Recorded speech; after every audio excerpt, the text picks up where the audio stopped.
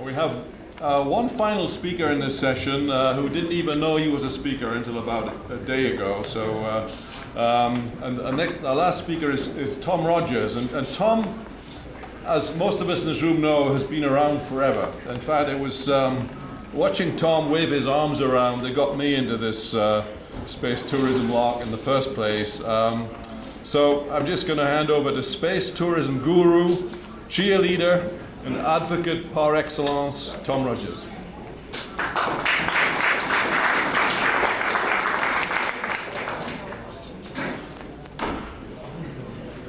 I first started thinking about space tourism 40 years ago in the Pentagon with a man by the name of Herman Kahn. I bet you there's nobody here that ever heard of him. Well, all right. So I better start by introducing a few notes of levity. From two of the speakers, I'm prompted to tell the two stories. The last speaker, the most recent speaker, talked about the FAA. Decades ago, I found myself unexpectedly engaged in a near infinite series of meetings with the FAA. Damn near lost my mind in the process. But I remember the last thing that I said as I left the room at the last meeting. I said, well, I'm looking forward to you getting your second business started. I said, well, we don't understand. What do you mean? And I said, at every time that I've met with you, I've seen that you are afloat in tons and tons of a very basic product. They said, what? I said, cobwebs. I thought it was funny. The second is that sometime last year, I think it was last summer, Alan Ladwig and Peter Diamandis and I went out to lunch. And I had met Peter maybe 15 years ago. It was about the Space University up in the Cambridge area, and we got to know each other pretty well. And we met because he wanted to tell me that he was absolutely sure that the X Prize was going to be won before the year was out. And we talked about it and talked about it. Remember? Over the Cosmos Club. And toward the end, I said to Peter, well, I'm very, very pleased that I was able to make some small contributions and do those two things for you. And he said, two things? And I said, yes. And he said, well, I remember that your foundation gave me my first money to get started, to make telephone calls, to go out and get money. I said, yes. But he said, I'm embarrassed. I can't remember what the second thing was that you did for me. I said, Peter, I promised to leave you alone. Well, that's more funny. What I have to say is not, in my speech, is not very funny. I learned from Derek late in the day before yesterday, that communications had failed between George Whitesides and myself. I got captured in the city of all wisdom and decision by a matter that's pretty bad and has nothing to do with space. And I was out in J space, and I didn't get a message from George. When I talked with Derek, he said, looking forward to your talk. Oh, Christ. So yesterday I wrote the speech, and I put down on paper some things that I have been thinking on and off about for the last year or so. In fact, specifically, January the 14th, 2004. And the talk goes as follows. I am now concerned that the national space world's focus upon space exploration will not allow for their gaining a true appreciation of the great value that a thriving space tourism business would have for space exploration. And so the title of my talk is the positive support that the space tourism business could bring to the space exploration program. Let me begin by telling you of a happening that took place at a Space Transportation Association breakfast meeting a few months after President Bush's talk. A senior professional from NASA headquarters spoke at this breakfast regarding NASA's then sense of such a space exploration program.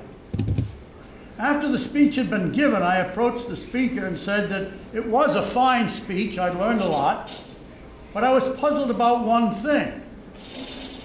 Why had she not shown all of her slides? Well, she responded that she had indeed done so. She had shown all her slides, and she didn't understand my question. I said that while she had been speaking of a federal civil space program that would be concerned with people traveling to the moon and Mars and other worlds and out into the cosmos, and therefore would be dealing with infinities of activities, time, and cost, her talk had confined itself to describing the spending of money. Now, that's not the way it's put in a NASA talk, of course. Field strengths, ohms, gears, cathodes, rockets.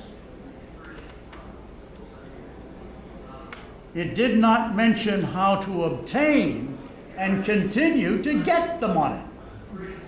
Those were the slides that I'd hoped to see and didn't. I have been in and about Washington, D.C. since 1963, working upon various science and technology matters, many of them space-related. And I learned early on that getting the money can be just as important and difficult as spending it. My guess is that most of you, most of the time, have been dealing with the difficult problems attendant upon the spending of money. But the getting of money is not that easy. The space exploration program is well into this situation now. What with its leaders in both the executive and legislative branches faced with sorting out the cost demands of our shuttle fleet, the International Space Station, the Hubble telescope, and science and aeronautics activities generally, while at the same time initiating a schedule of very complex and demanding lunar and Martian activities. Within a very short time, relatively, a space-effective President Bush will begin to absent himself politically. By then, the fiscal crisis that besets all of our federal activities will be fully upon us. NASA will then again be upon its own, in the presence of both concerned and apprehensive supporters of other federal activities in space, all of whom together now expect to obtain over $2.5 trillion a year.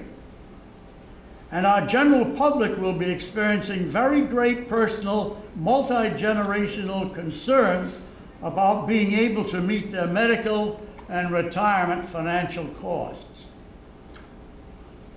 What the country and the president are now experiencing in attempting to modernize Social Security is giving us a foretaste of the great and painful federal entitlement program fiscal difficulties.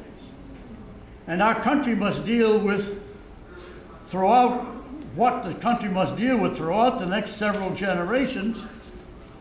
And then, of course, there's Iran, Iraq, Afghanistan, North Korea. Make your own list.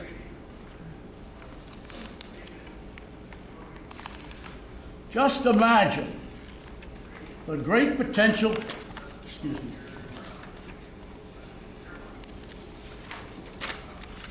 As a consequence, it may be that the civil space world has picked the maximally non-optimum time to set about a fundamental change in its goals and activities. In this context, we should all appreciate that space tourism is potentially very important, though, to space exploration, and I suggest 3 reasons. 1, and you're all aware of this, of all the things that should set the United States of America apart from the rest of the world in the space area is that we are working to open up space to our general public as soon as possible.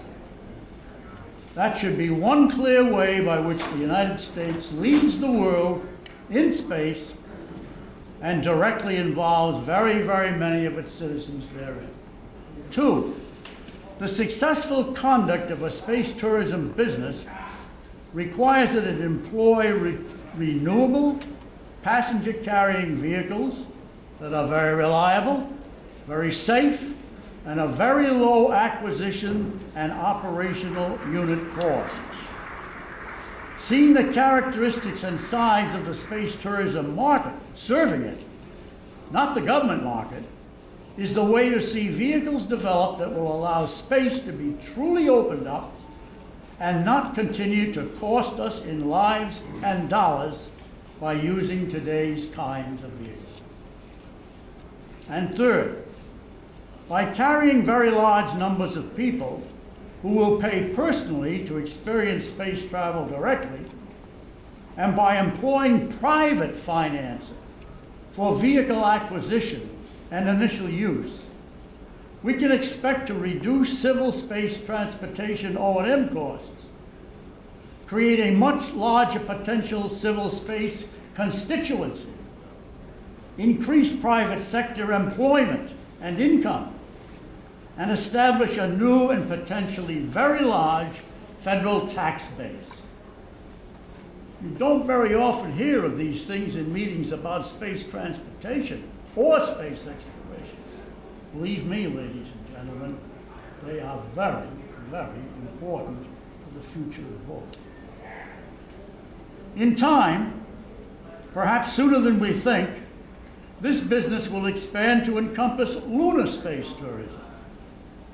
After all, expanding our space expectations to include people traveling far enough to visit Mars, 35 million or more miles away, brings the moon very much closer, doesn't it?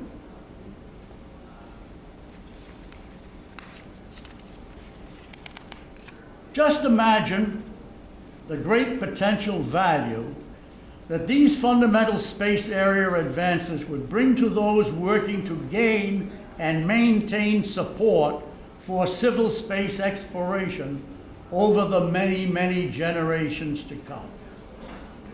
This value would be realized both in direct programmatic terms and by growing appreciation of the tangible personal value and national economic value of space to our citizenry. 2 final things. The availability to the United States of the space-related goods and services required to operate a multi-billion-dollar-a-year space tourism business would allow the United States to assist other countries to accompany us on the great space exploration journey that President Bush called for in his speech. And we would do this at no public cost, but rather simply through an increase in our private sector space tourism related transportation business. No public cost, an increase in business, which means an increase in tax revenues. And lastly, having this kind of space transportation available would allow us to see not only federal civil space explorers journey to and from the moon to learn more about how eventually to travel to and from Mars, which is what's been given all the attention since, but it will prompt private sector pioneers. I want to leave that word with you. Not space explorers, space pioneers. To journey there, to take up residence there, and begin to undertake various lunar-related economic activities. In doing so, we would turn our world into a two-body Earth-Moon one. The implications of our world becoming a close planet-moon combination one, simply put, are truly enormous. I conclude that the moon and space tourism should be in bed together, and the federal government will turn to it eventually and realize, appreciate that they need it to get there from here. Thank you very much.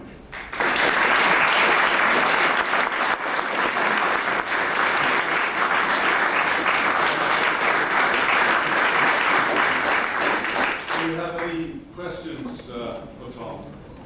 Well, we've all sat through here for a long afternoon, but the numbers have stayed up throughout the whole thing, which means that space tourism has certainly caught the imagination, and this is the guy who very largely did it.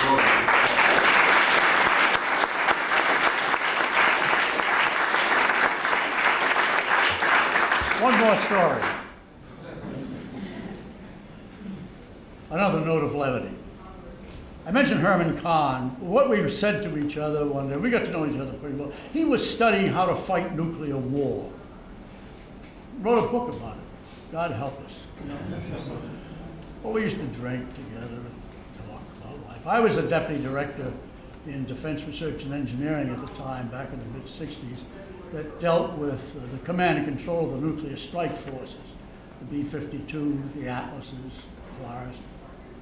And I remember one night we were talking, he said, "Do you think we're going to live long enough to ever see the end of the Cold War?" Well, I did, Herman didn't. But we said, you know, as soon as it begins to look as though it's going to end, and certainly by the time it does end, there's one thing we'll do.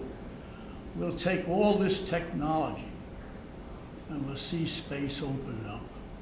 We'll really see space open up. Wrong. Wrong. And that followed me for 40 years until last year. And early on, in the 50s, I remember attending a meeting at SAC headquarters in Omaha. General LeMay was there, because we were getting nervous about sending the B-52s north with nuclear weapons, because we could only command and control them using shortwave radio. And shortwave radio isn't the best in the world. And there was a meeting with colonels and so on, and myself at SAC headquarters and General LeMay. And we went around the table and everybody in his own way said how shortwave stank. I got up to General LeMay, who said, "Well, I'm a little bit puzzled. That's what I use, and it works fine for me." Well, that's not what a colonel likes to hear from a four-star general. Three-star. And so I put my hand up and I said, "General LeMay, you know why this is?" He said, "No." I said, "Well, when you hit the button on the microphone, you say, 'I am Curtis E. LeMay. I'm Commander-in-Chief of SAC. I'd like to talk to my office.'" And go, "Oh, God damn, network. Hundreds and hundreds of people work immediately. Stop. The message goes via Iceland. It goes by southern Argentina, from the middle of the Sahara Desert, the Hawaiian Islands, everything." Well, they stopped and he said, "Well, since we know one way it works, and all the other ways don't, what do you suggest?" I said, "Is any suggestion reasonable to you?" He said, "Certainly." I said, "Well, I know exactly what I would do if I were you." He said, "Well," I said, "I'd make all the pilots three-star generals."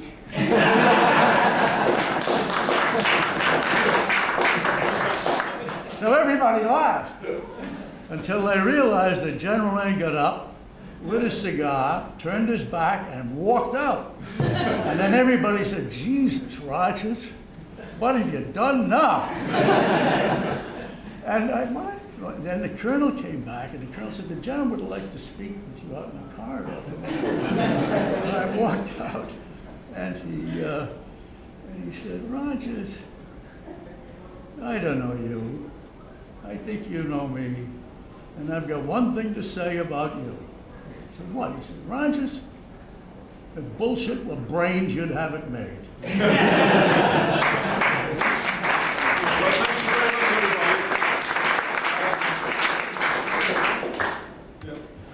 Tom, do you have any sense that Boeing, Lockheed Martin understands the business potential of space tourism, the personal spaceflight market, or do they only see dollar signs and vision for space exploration? And might they work behind the scenes politically to attempt to block and prevent this commercial space industry from really thriving?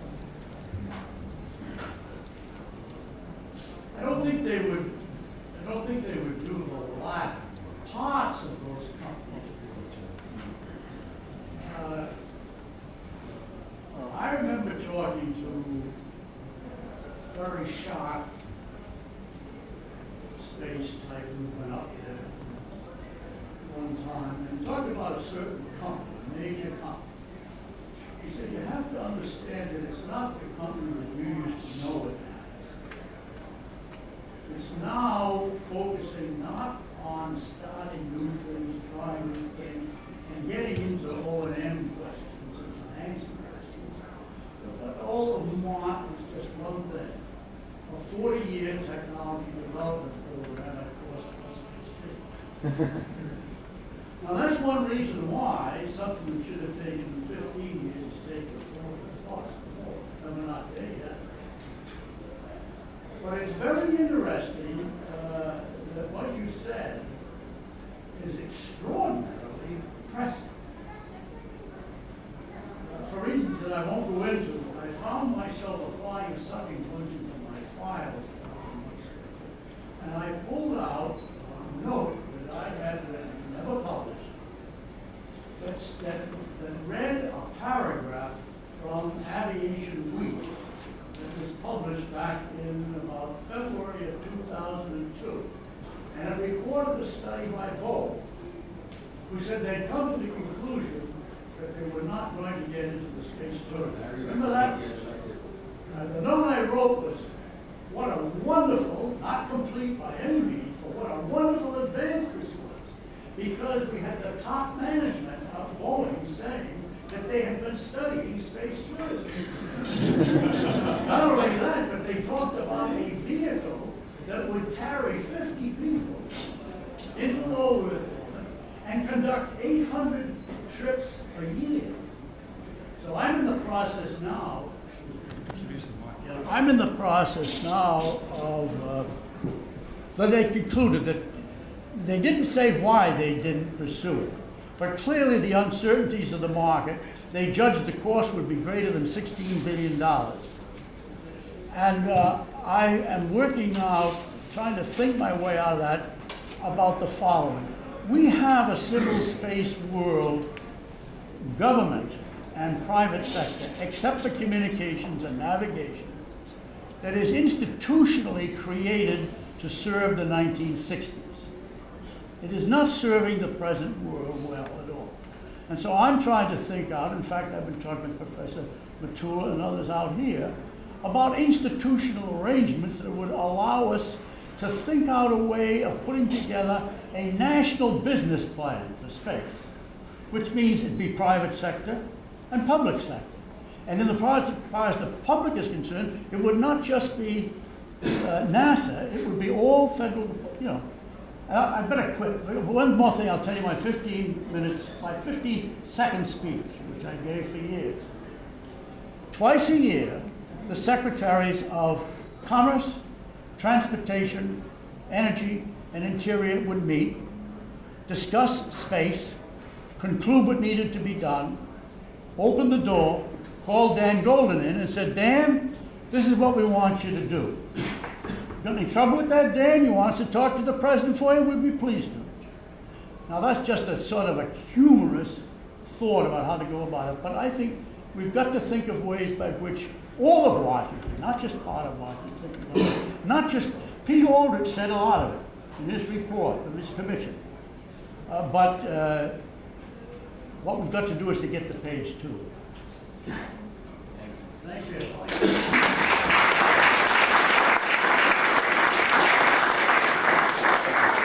Thank you all very much. In closing the session, I just want to make sure that every single person in this room has been to see the CXV mock-up and sat in there, because I felt that Tom was throwing me a softball when he said what we need is somehow to combine tourism with the vision for space exploration, because that's exactly what that vehicle is for.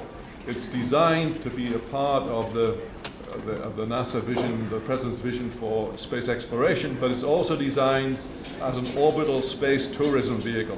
So go sit in it and get the experience. Thank you very much.